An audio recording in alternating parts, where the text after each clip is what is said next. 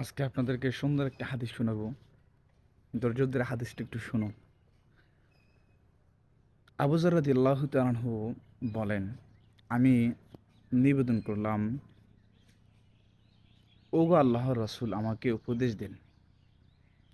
তিনি বললেন, আমি তোমাকে উপদেশ দিচ্ছি আল্লাহর ভয় করার।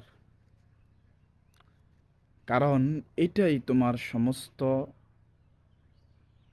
আ কাজকে সৌন্দর্য দান করবে।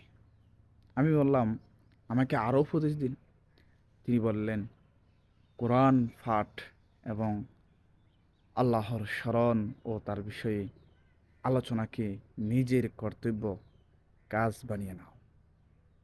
এটা আকাশে তোমায় তোমায় নিয়ে আলোচনা হবে, আর এটা পৃথিবীতে তোমার